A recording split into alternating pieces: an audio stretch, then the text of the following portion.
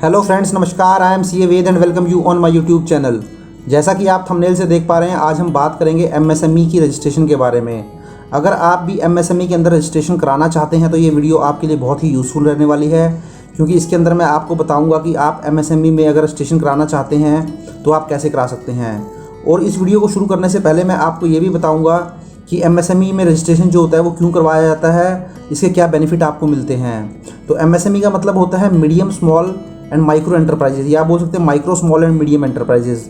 Means अगर आप micro small और मीडियम एंटरप्राइजेज की कैटेगरी में आते हैं तो आप ये रजिस्ट्रेशन ले सकते हैं, जिसमें आपको कुछ बेनिफिट दिए जाते हैं।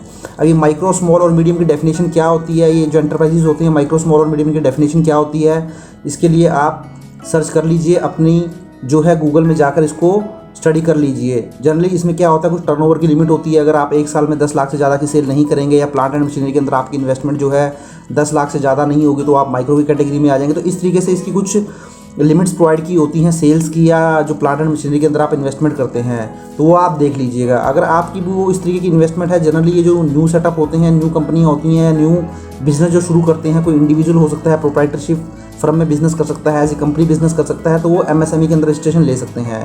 तो चलिए सबसे पहले तो मैं आपको इसके बेनिफिट आपको बता देता हूँ कि एमएसएमई रजिस्ट्रेशन लेने के बेनिफिट आपको क्या मिल सकते हैं।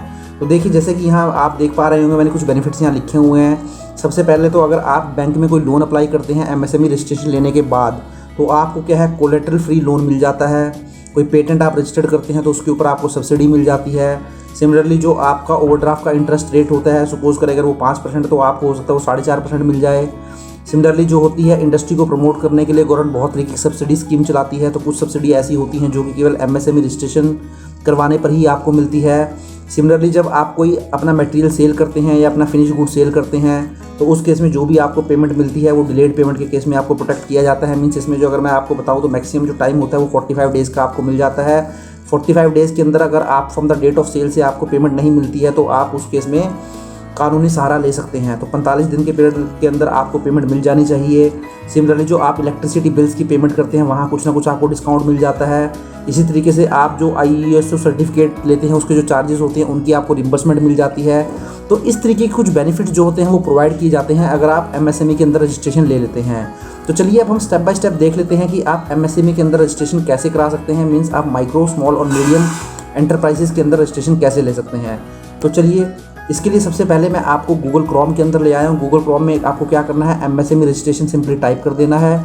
और जैसे ही आप एमएसएमई रजिस्ट्रेशन टाइप करेंगे तो देखिए यहाँ टॉप में ही आपको नज़र आ जाएगा Udyam registration, 0 cost no fee and free registration. इसका मतलब है यहाँ पर आपको 1 रुपये की भी कॉस्ट लगने नहीं वाली है और आप घर बैठे बैठे ही 5 से 10 मिनट के अंदर इसके अंदर रजिस्ट्रेशन करा सकते हैं। तो आपको इसके ऊपर क्लिक कर देना है। तो देखिए जैसे ही आप इसके ऊपर क्लिक करेंगे तो आपको कुछ इस तरीके से इंटरफेस नज़र आ जाएगा। तो यहाँ देखिए लेफ्ट हैंड साइड में आपको नज़र आ जाएगा for new entrepreneurs who are not registered yet as a MSME और दोज विद EM2। मीन्स वो एंटरप्रेनर्स जिन्होंने अभी तक रजिस्टर्ड नहीं करवाया है एमएसएमई के अंदर, तो आपको इसके ऊपर क्लिक कर देना है। तो जैसे ही आप इसके ऊपर क्लिक करेंगे तो देखिए आपको कुछ इस तरीके से आधार नंबर को ये डालने के लिए बोलेगा और आपका जो एंटरप्राइजेस का नाम है वो डालने के लिए बोलेगा, नाम एज पर आधार डालने के लिए बोलेगा। तो यहाँ मैं एक बात और बताता चलूँ आपको, यहाँ पर आपको कोई भी जो डॉक्यूमेंट है वो अपलोड नहीं करना है, बट आप अपना पैन नंबर और आधार नंबर अपने पास जरूर रखें, क्योंकि यहाँ पर आपको अपना आधार नंबर फिल करना पड़ेगा। उसके ऊपर जो नाम आ रहा है आपका पैन नंबर मेंशन करना पड़ेगा और आपको जो आपका एड्रेस डिटेल है आपके बिजनेस एंटरप्राइजेस का वो डालना पड़ेगा। तो यहाँ अपलोड आपको कुछ नहीं करना है डॉक्यूमेंट, बट स्टिल आप अपना पैन कार्ड और आधार कार्ड अपने पास रखिए ताकि आप इन्फॉर्मेशन फिल करने में आपको आसानी हो। तो सबसे पहले तो देखिए यहाँ पर आपका आधार नंबर मांग रहा है और आपका जो नेम है as per Aadhaar, name of entrepreneur भी आप बोल सकते हैं, वो आपको यहाँ फिल कर देना है। तो चलिए वो फिल कर लेते हैं। तो देखिए यहाँ मैंने आधार नंबर फिल कर दिया है और उसके बाद देखिए आपको यहाँ पर एक वैलिडेट करने के लिए बोलेगा, तो आपके कोड पे OTP आ जाएगा। वो OTP आप फिल कर देंगे और उसको वैलिडेट कर देंगे तो आपका प्रोसेस फर्दर बढ़ जाएगा। तो देखिए जैसे ही आपके पास वो OTP आया, आपने वो फिल कर दिया, आप वैलिडेट करेंगे तो आपको देखिए कुछ इस तरीके से वो दिखा देगा। तो यहाँ फर्दर आपसे वो पैन वेरिफिकेशन मांगेगा। तो जब ये आपसे पैन वेरिफिकेशन मांगेगा तो पैन वेरिफिकेशन में सबसे पहले ये आपको बोलेगा टाइप ऑफ ऑर्गेनाइजेशन। तो टाइप ऑफ ऑर्गेनाइजेशन में देखिए बहुत सारे ऑप्शन आपको ये देगा। तो मेरे केस में जो मैं प्रोप्राइटरशिप है उसका रजिस्ट्रेशन करा रहा हूँ एमएसएमई में, तो मैं ये सिलेक्ट कर लेता हूँ। तो ये सिलेक्ट करने के बाद देखिए ये आपसे पूछेगा पैन के लिए आपसे ये पूछेगा। तो पैन के लिए आपको यहाँ पैन नंबर फिल कर देना है और यहाँ पर जो चेक बॉक्स है उस पर टिक करके आपको पैन वैलिडेट कर देना है। तो देखिए जैसे ही आप पैन वैलिडेट कर देंगे फर्दर ही आपसे कंटिन्यू पूछेगा, इसको कंटिन्यू कर दीजिए और जैसे ही आप कंटिन्यू करेंगे तो देखिए आपका पैन वेरिफिकेशन भी हो गया है। तो आप थोड़ा सा इसको स्क्रॉल डाउन करेंगे तो देखिए आपका यहाँ पे आपको दिखा रहा है पैन वेरिफिकेशन आपको दिखा रहा है। उसके बाद देखिए नीचे आपको दिखा रहा है your PAN has been successfully verified, some fields of the form will be disabled field will automatically filled after verification of PAN data. तो ये कुछ इस तरीके से आपको बता रहा है। आपको सिंपली यहाँ ये ध्यान रखना है, आपसे 2 क्वेश्चन पूछेगा नीचे, have you filed ITR for previous year. अगर आपने फाइल किया तो यस कर सकते हैं, नहीं तो नो कर सकते हैं। सिमिलरली आपसे पूछेगा क्या आपके पास GST नंबर है, अगर आप है तो यस कर दीजिए। अगर आपके ऊपर एप्लीकेबल ही नहीं होता है, क्योंकि अगर आप सर्विस प्रोवाइडर हैं 20 लाख से ज़्यादा का सेल आपका नहीं है और अगर आप गुड सेल करते हैं तो 40 लाख से ज़्यादा, तो आप इसको एग्जेम्प्टेड लग सकते हैं, मीन्स आपके ऊपर एप्लीकेबल नहीं होता है। और जैसे ही आप इसको करेंगे तो थोड़ा नीचे स्क्रॉल डाउन कर लीजिए तो यहाँ आपसे देखिए 5th पॉइंट में आपसे पूछा नेम ऑफ द एंटरप्रेन्योर। तो आपका जो आधार पे नाम आ रहा है उसके अकॉर्डिंग आप जो है इसके ऊपर अपना नाम फिल कर सकते हैं। तो जैसे ही फिल करेंगे तो आपसे मोबाइल नंबर मांगेगा तो मोबाइल नंबर यहाँ फिल कर दीजिए। सिमिलरली मेल ID मांगेगा, मेल ID भी यहाँ फिल कर दीजिए। उसके बाद देखिए ये कैटेगरी ऑफ ओनरशिप पूछ रहा है MSME के बारे में। तो यहाँ देखिए नीचे आपको दिखा रहा है in case of proprietorship enterprise the category of the unit would be the social category of the owner. तो मीन्स अगर आपका प्रोप्राइटरशिप एंटरप्राइजेज है, जैसे मेरे केस में प्रोप्राइटरशिप है, तो यहाँ पर आपकी जो मानी जाएगी कैटेगरी वो सोशल कैटेगरी ही मानी जाएगी। तो देखिए 8th पॉइंट में आप यहाँ पर सोशल कैटेगरी जो आएगी उसमें जनरल सेलेक्ट कर सकते हैं, SC सेलेक्ट कर सकते हैं, ST सेलेक्ट कर सकते हैं, OBC सेलेक्ट कर सकते हैं। जो भी आपका कैटेगरी है वो आप यहाँ सेलेक्ट कर सकते हैं। तो मेरे केस में जनरल कैटेगरी है तो मैंने जनरल कैटेगरी को सिलेक्ट कर लिया है। नीचे देखिए जेंडर पूछ रहा है तो जेंडर मेरा फीमेल है तो मैंने फीमेल सेलेक्ट कर लिया है जिसका मैं रजिस्ट्रेशन ले रहा हूँ। उसके बाद स्पेशल डिसेबल्ड है तो उसमें नहीं है तो मैंने नो कर दिया है। अब नीचे देखिए data in field 11 will automatically field, तो यहाँ पर आपको अपना नेम फिल कर देना है एंटरप्राइजेस का, वो मैंने फिल कर दिया है और उसको मैंने ऐड मोर कर देना है। तो देखिए जैसे ही ऐड मोर होगा तो यहाँ यूनिट का नाम दिखा देगा। फिर मैं इसको फर्दर थोड़ा स्क्रॉल डाउन करूँगा तो 12वें नंबर पे आ जाऊँगा जहाँ लोकेशन ऑफ प्लांट मांग रहा है। तो यहाँ पर नेम ऑफ द यूनिट जो है उसको यूनिट का नाम मांग रहा है तो वो यूनिट का नाम मैं फिल कर देता हूँ और उसके बाद मैं पूरा एड्रेस यहाँ देखिए फिल कर देता हूँ। फ्लोर नंबर क्या है, नेम ऑफ द प्रीमिसेस क्या है, विलेज क्या है, खंड क्या है, रोड, स्ट्रीट, सिटी, स्टेट जो है वो हरियाणा है। इस तरीके से आप इसको फिल कर दीजिए और इसको ऐड यूनिट कर दीजिए। तो देखिए जैसे ही आप ऐड यूनिट करेंगे आपका ये मैंने हाइड किया हुआ है, देखिए ये पूरी इन्फॉर्मेशन यहाँ आ गई है। आपका unit name, flat, building, village सब कुछ आ गया है। उसके बाद 13वें नंबर पे ये जो पूछ रहा है ऑफिशियल एड्रेस क्या है एंटरप्राइजेस का। तो ऑफिशियल एड्रेस अगर आपका सेम है तो वही फिल कर सकते हैं, नहीं तो आपका कुछ दूसरा है तो वो भी आप फिल कर सकते हैं। और इसको जैसे नीचे स्क्रॉल डाउन करेंगे तो देखिए आपका 14 पॉइंट पे आपसे पूछेगा previous EM2 EM registration number क्या पहले भी आपके पास कोई है, तो मेरे केस में नहीं है तो मैंने NA एप्लीकेबल कर दिया है। उसके बाद ये स्टेटस ऑफ एंटरप्राइजेस पूछ रहा है 15 नंबर में, तो यहाँ डेट ऑफ रजिस्ट्रेशन आप डाल सकते हैं कि आपको जो रजिस्ट्रेशन आपने करवाया था, ये बिजनेस जो आप कर रहे हैं कब से आपने रजिस्ट्रेशन के अंदर करा रखा है। Whether product only business commenced, yes commence हो चुका था, कब शुरू हुआ था। अब जैसे मेरा जो ये बिज़नेस है जिसका मैं MSME रजिस्ट्रेशन करा रहा हूँ, ये बिज़नेस मैंने 13 जुलाई 2020 से स्टार्ट किया था। तो मैंने यहाँ पे 13 जुलाई 2020 जो है डेट ऑफ कमेंसमेंट डाल दिया और डेट ऑफ इनकॉर्पोरेशन भी डाल दिया है। तो ये जो 16 पॉइंट है, 16वें पॉइंट में देखिए ये आपसे बैंक की डिटेल मांगेगा, आपका बैंक नाम पूछेगा, IFSC कोड मांगेगा, बैंक अकाउंट नंबर वो आप फिल कर दीजिए। 7th पॉइंट में मेजर एक्टिविटी पूछेगा, तो मेजर एक्टिविटी अगर मैन्युफैक्चरिंग है तो मैन्युफैक्चरिंग कर सकते हैं। तो मेरे केस में सर्विसेज हैं तो मैंने सर्विसेज पे टिक किया हुआ है।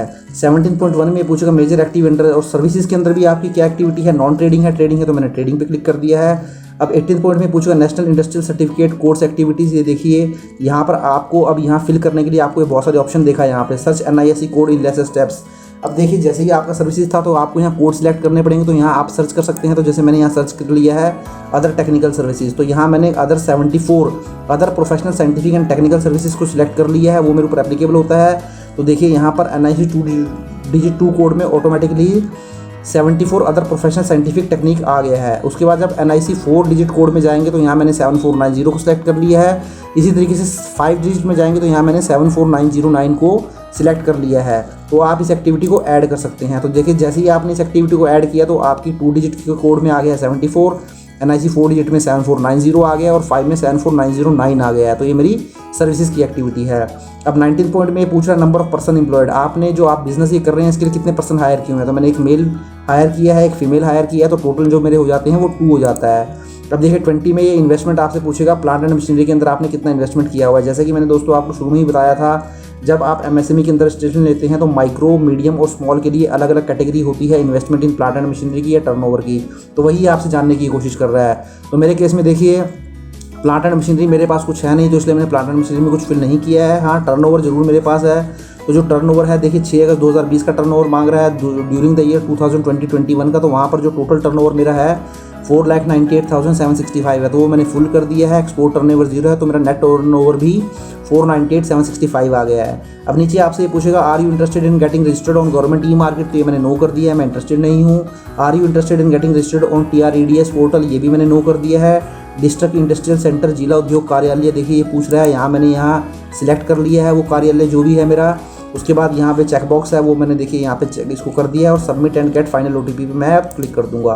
तो जैसे ही मैं टिक करूँगा इस पर देखिए ये आपका आ चुका है। अब यहाँ पर जैसे मैंने आपको 24 पॉइंट में बताया था कि आपका जिला उद्योग कार्यालय जो भी पड़ता है आपका डिस्ट्रिक्ट पड़ता है, जैसे मेरे केस में पानीपत था तो वो मैंने सेलेक्ट कर लिया था। अब यहाँ पे आप पासवर्ड डाल सकते हैं और उसके बाद ये जो कैप्चा है इसको फिल करके यहाँ पे आप फाइनल सबमिट कर सकते हैं। तो देखिए मैं फाइनल सबमिट करता हूँ, ये देखिए मेरे को बोल रहा है उद्योग रजिस्ट्रेशन सक्सेसफुली सबमिटेड योर उद्यम रजिस्ट्रेशन नंबर इज। अब ये जो आपका उद्यम नंबर जो है वो जनरेट हो चुका है, आप इसको संभाल कर सकते हैं और इसको ओके कर दीजिए।